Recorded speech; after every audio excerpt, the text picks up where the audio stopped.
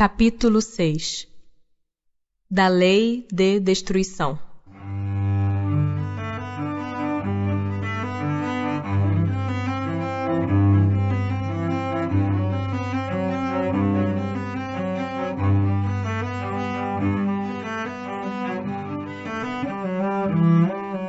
Destruição necessária e destruição abusiva. É lei da natureza a destruição?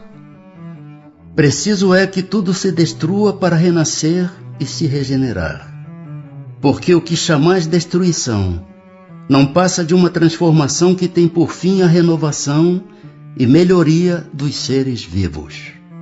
O instinto de destruição teria sido dado aos seres vivos por desígnios providenciais? As criaturas são instrumentos de que Deus se serve para chegar aos fins que objetiva. Para se alimentarem, os seres vivos reciprocamente se destroem. Destruição esta que obedece a um duplo fim: manutenção do equilíbrio na reprodução, que poderia tornar-se excessiva, e utilização dos despojos do invólucro exterior, que sofre a destruição.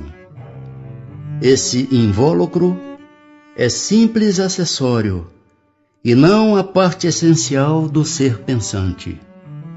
A parte essencial é o princípio inteligente que não se pode destruir e se elabora nas metamorfoses diversas por que passa.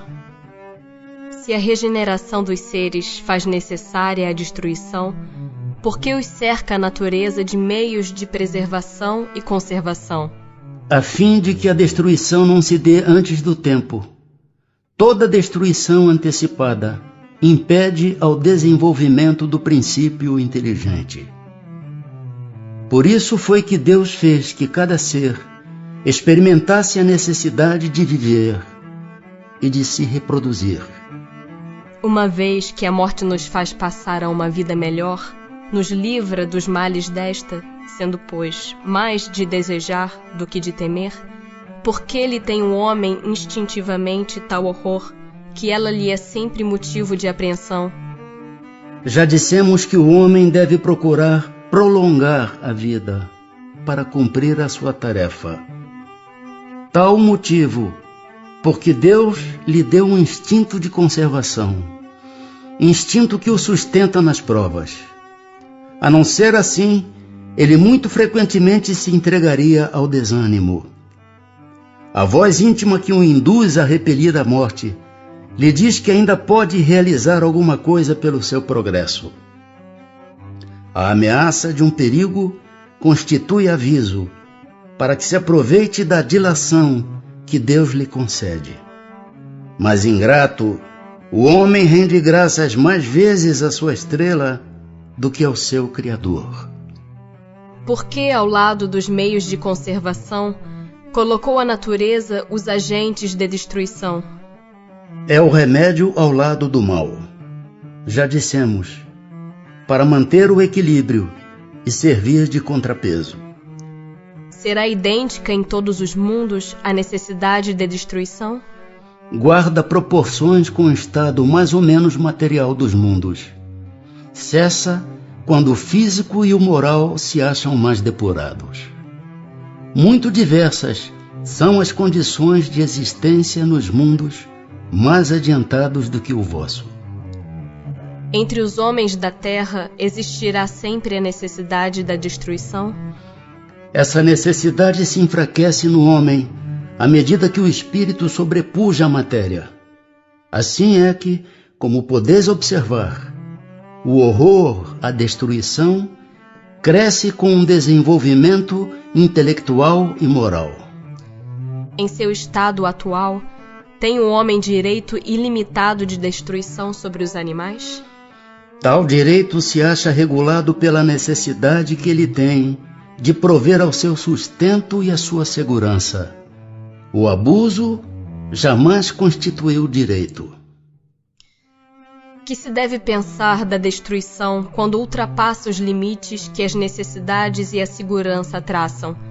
Da caça, por exemplo, quando não objetiva senão o prazer de destruir sem utilidade. predominância da bestialidade sobre a natureza espiritual. Toda destruição que excede os limites da necessidade é uma violação da lei de Deus. Os animais só destroem para a satisfação de suas necessidades, enquanto que o homem, dotado de livre arbítrio, destrói sem necessidade. Terá que prestar contas do abuso da liberdade que lhe foi concedida, pois isso significa que cede aos maus instintos. Especial merecimento terão os povos que levam ao excesso o escrúpulo quanto à destruição dos animais? Esse excesso, no tocante a um sentimento louvável em si mesmo, se torna abusivo e o seu merecimento fica neutralizado por abusos de muitas outras espécies. Entre tais povos, há mais temor supersticioso do que verdadeira bondade. Flagelos destruidores. Com que fim fere Deus a humanidade por meio de flagelos destruidores? Para fazê-la progredir mais depressa. Já não dissemos ser a destruição uma necessidade para a regeneração moral dos espíritos, que em cada nova existência sobe um degrau na escala do aperfeiçoamento? Preciso é que se veja o objetivo, para que os resultados possam ser apreciados. Somente do vosso ponto de vista pessoal os apreciais. Daí vem que os qualificais de flagelos, por efeito do prejuízo que vos causam. Essas subversões, porém, são frequentemente necessárias para que mais pronto se dê o advento de uma melhor ordem de coisas e para que se realize em alguns anos o que teria exigido muitos séculos. Para conseguir a melhora da humanidade, não podia Deus empregar outros meios que não os flagelos destruidores? Pode, e os emprega todos os dias, pois que deu a cada um os meios de progredir pelo conhecimento do bem e do mal. O homem, porém, não se aproveita desses meios. Necessário, portanto, se torna que seja castigado no seu orgulho e que se lhe faça sentir a sua fraqueza. Mas nesses flagelos, tanto sucumbe o homem de bem como o perverso. Será justo isso? Durante a vida, o homem tudo refere ao seu corpo. Entretanto, de maneira diversa pensa depois da morte. Ora, conforme temos dito, a vida do corpo bem pouca coisa é. Um século no vosso mundo não passa de um relâmpago na eternidade. Logo, nada são os sofrimentos de alguns dias ou de alguns meses de que tanto vos queixais. Representam um ensino que se vos dá e que vos servirá no futuro. Os espíritos que preexistem e sobrevivem a tudo formam um mundo real. Esses, os filhos de Deus, e o objeto de toda a sua solicitude. Os corpos são meros disfarces com que eles aparecem no mundo. Por ocasião das grandes calamidades que dizimam os homens, o espetáculo é semelhante ao de um exército, cujos soldados, durante a guerra, ficassem com seus uniformes estragados, rasgados ou perdidos.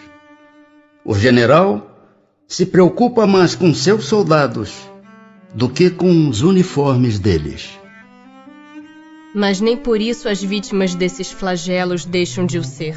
Se considerasses a vida qual ela é, e com pouca coisa representa com relação ao infinito, menos importância lhe daríeis. Em outra vida, essas vítimas acharão ampla compensação aos seus sofrimentos, se souberem suportá-los sem murmurar. Têm os flagelos destruidores utilidade do ponto de vista físico, não obstante os males que ocasionam? Tem. Muitas vezes mudam as condições de uma região, mas o bem que deles resulta, só as gerações vindouras o experimentam. Não serão os flagelos igualmente provas morais para o homem, por porem-no a braços com as mais aflitivas necessidades? Os flagelos são provas que dão ao homem ocasião de exercitar a sua inteligência, de demonstrar sua paciência e resignação ante a vontade de Deus, e que lhe oferece ensejo de manifestar seus sentimentos de abnegação, de desinteresse e de amor ao próximo, senão o domina o egoísmo. Dado é ao homem conjurar os flagelos que o afligem? Em parte é. Não, porém, como geralmente o entendem. Muitos flagelos resultam da imprevidência do homem. À medida que adquire conhecimentos e experiência, ele os vai podendo conjurar, isto é, prevenir, se lhes sabe pesquisar as causas. Contudo, entre os males que afligem a humanidade, alguns há de caráter geral, que estão nos decretos da providência e dos quais cada indivíduo recebe mais ou menos o contragolpe. A esses, nada pode um homem opor, a não ser sua submissão à vontade de Deus. Esses mesmos males, entretanto, ele muitas vezes os agrava pela sua negligência. Guerras. Que é o que impele o homem à guerra? Predominância da natureza animal sobre a natureza espiritual e transbordamento das paixões. No estado de barbárie, os povos um só direito conhecem, o do mais forte. Por isso é que para tais povos, o de guerra é um estado normal. À medida que o homem progride, menos frequente se torna a guerra, porque ele lhe evita as causas, fazendo-a com humanidade, quando a sente necessária. Da face da terra, algum dia a guerra desaparecerá? Sim, quando os homens compreenderem a justiça e praticarem a lei de Deus. Nessa época, todos os povos serão irmãos. Que objetivou a providência tornando necessária a guerra? A liberdade e o progresso. Desde que a guerra deve ter por efeito produzir o advento da liberdade, como pode frequentemente ter por objetivo e resultado a escravização. Escravização temporária, para esmagar os povos, a fim de fazê-los progredir mais depressa. Que se deve pensar daquele que suscita a guerra para proveito seu? Grande culpado é esse, e muitas existências lhe serão necessárias para expiar todos os assassínios de que haja sido causa, porquanto responderá por todos os homens cuja morte tenha causado, para satisfazer a sua ambição. Assassínio. É crime aos olhos de Deus o assassínio? Grande crime, pois aquele que tira a vida ao seu semelhante corta o fio de uma existência de expiação ou de missão. Aí é que está o mal. É sempre do mesmo grau a culpabilidade em todos os casos de assassínio? Já o temos dito, Deus é justo. Julga mais pela intenção do que pelo fato. Em caso de legítima defesa, excusa a Deus o assassínio? Só a necessidade o pode excusar. Mas desde que o agredido possa preservar sua vida, sem atentar contra a de seu agressor, deve fazê-lo. Tem um homem culpa dos assassínios que pratica durante a guerra? Não, quando constrangido pela força, mas é culpado das crueldades que cometa, sendo-lhe também levado em conta o sentimento de humanidade com que proceda. Qual mais condenável aos olhos de Deus, o parricídio ou infanticídio? Ambos o são igualmente, porque todo crime é um crime. Como se explica que entre alguns povos já adiantados sob o ponto de vista intelectual, o infanticídio seja um costume e esteja consagrado pela legislação? O desenvolvimento intelectual não implica a necessidade do bem. Um espírito superior em inteligência pode ser mau. Isso se dá com aquele que muito tem vivido sem se melhorar. Apenas sabe. Crueldade. Poder-se-á ligar o sentimento de crueldade ao instinto de destruição? É um instinto de destruição no que tem de pior, porquanto se algumas vezes a destruição constitui uma necessidade, com a crueldade jamais se dá o mesmo. Ela sempre resulta de uma natureza má. Por que razão a crueldade forma o caráter predominante dos povos primitivos? Nos povos primitivos, como lhes chamas, a matéria prepondera sobre o espírito. Eles se entregam aos instintos do bruto e, como não experimentam outras necessidades, além daquelas da vida do corpo, só da conservação pessoal cogitam, e é o que os torna em geral cruéis. Demais, os povos de imperfeito desenvolvimento se conservam sob o império de espíritos também imperfeitos, que lhes são simpáticos, até que povos mais adiantados venham destruir ou enfraquecer essa influência. A crueldade não derivará da carência de senso moral? Dize da falta de desenvolvimento do senso moral. Não digas da carência, porquanto o senso moral existe, como em princípio, em todos os homens. É esse senso moral que dos seres cruéis fará mais tarde seres bons e humanos. Ele, pois, existe no selvagem, mas como o princípio do perfume no gérmen da flor, que ainda não desabrochou. Como pode dar-se que no seio da mais adiantada civilização se encontrem seres às vezes tão cruéis quanto os selvagens? Do mesmo modo que numa árvore carregada de bons frutos se encontram verdadeiros abortos. São, se quiseres, selvagens que da civilização só têm o exterior, lobos extraviados em meio de cordeiros, espíritos de ordem inferior e muito atrasados podem encarnar entre homens adiantados na esperança de também se adiantarem. Mas desde que a prova é por demais pesada, predomina a natureza primitiva. A sociedade dos homens de bem se verá algum dia expurgada dos seres malfazejos? A humanidade progride.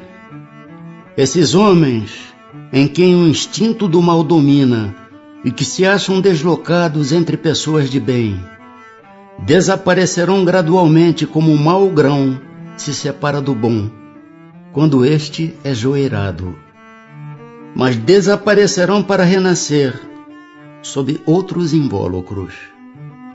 Como então terão mais experiência, compreenderão melhor o bem e o mal. Tens disso um exemplo nas plantas e nos animais que o homem ha conseguido aperfeiçoar, desenvolvendo neles qualidades novas. Pois bem, só ao cabo de muitas gerações o desenvolvimento se torna completo. É a imagem das diversas existências do homem. Duelo. Pode-se considerar o duelo como um caso de legítima defesa? Não. É um assassínio e um costume absurdo, digno dos bárbaros. Com uma civilização mais adiantada e mais moral, o homem compreenderá que o duelo é tão ridículo quanto os combates que outrora se consideravam como o juízo de Deus. Poder-se-á considerar o duelo como um assassínio por parte daquele que, conhecendo a sua própria fraqueza, tenha quase certeza de que sucumbirá? É um suicídio. E quando as probabilidades são as mesmas para ambos os duelistas, haverá assassínio ou suicídio? Um e outro. Que valor tem o que se chama ponto de honra em matéria de duelo? Orgulho e vaidade, dupla chaga da humanidade. Mas não há casos em que a honra se acha verdadeiramente empenhada, em que uma recusa fora covardia? Isso depende dos usos e costumes. Cada país e cada século tem a esse respeito um modo de ver diferente. Quando os homens forem melhores e estiverem mais adiantados em moral, compreenderão que o verdadeiro ponto de honra está acima das paixões terrenas e que não é matando, nem se deixando matar, que repararão agravos. Pena de morte. Desaparecerá algum dia da legislação humana a pena de morte? Incontestavelmente desaparecerá, e a sua supressão assinalará um progresso da humanidade. quando os homens estiverem mais esclarecidos, a pena de morte será completamente abolida na terra. Não mais precisarão os homens de ser julgados pelos homens. Refiro-me a uma época ainda muito distante de vós. A lei de conservação dá ao homem o direito de preservar sua vida. Não usará ele desse direito quando elimina da sociedade um membro perigoso? Há outros meios dele preservar-se do perigo que não matando. Demais, é preciso abrir e não fechar ao criminoso a porta do arrependimento. A pena de morte, que pode vir a ser banida das sociedades civilizadas, não terá sido de necessidade em épocas menos adiantadas? Necessidade não é o termo. O homem julga necessária uma coisa, sempre que não descobre outra melhor. À proporção que se instrui, vai compreendendo melhormente o que é justo e o que é injusto, e repudia os excessos cometidos nos tempos de ignorância em nome da justiça. Será um indício de progresso da civilização a restrição dos casos em que se aplica a pena de morte? Podes duvidar disso? Não se revolta o teu espírito quando lês a narrativa das carnificinas humanas que outrora se faziam em nome da justiça e não raro em honra da divindade, das torturas que se infligiam ao condenado e até ao simples acusado, para lhe arrancar pela agudeza do sofrimento a confissão de um crime que muitas vezes não cometera? Pois bem, se houvesses vivido nessas épocas, terias achado tudo isso natural e talvez mesmo, se foras juiz, fizesses outro tanto. Assim é, o que pareceu justo numa época, parece bárbaro em outra. Só as leis divinas são eternas. As humanas mudam com o progresso e continuarão a mudar até que tenham sido postas de acordo com aquelas. Disse Jesus: quem matou com a espada, pela espada perecerá. Estas palavras não consagram a pena de talião e, assim, a morte dada ao assassino não constitui uma aplicação dessa pena? Tomai cuidado. Muito vos tendes enganado a respeito dessas palavras, como acerca de outras. A pena de talião é a justiça de Deus. É Deus quem a aplica. Todos vós sofreis essa pena a cada instante, pois que sois punidos naquilo em que haveis pecado, nesta existência ou em outra. Aquele que foi causa do sofrimento para seus semelhantes, virá a achar-se numa condição em que sofrerá o que tenha feito sofrer. Este o sentido das palavras de Jesus. Mas não vos disse ele também: perdoai aos vossos inimigos? E não vos ensinou a pedir a Deus que vos perdoe as ofensas, como houverdes vós mesmos perdoado? Isto é, na mesma proporção em que houverdes perdoado? Compreendei-o bem? Que se deve pensar da pena de morte imposta em nome de Deus? É tomar o homem o lugar de Deus na distribuição da justiça. Os que assim procedem mostram quão longe estão de compreender Deus e que muito ainda têm que expiar. A pena de morte é um crime quando aplicada em nome de Deus, e os que a impõem se sobrecarregam de outros tantos assassínios.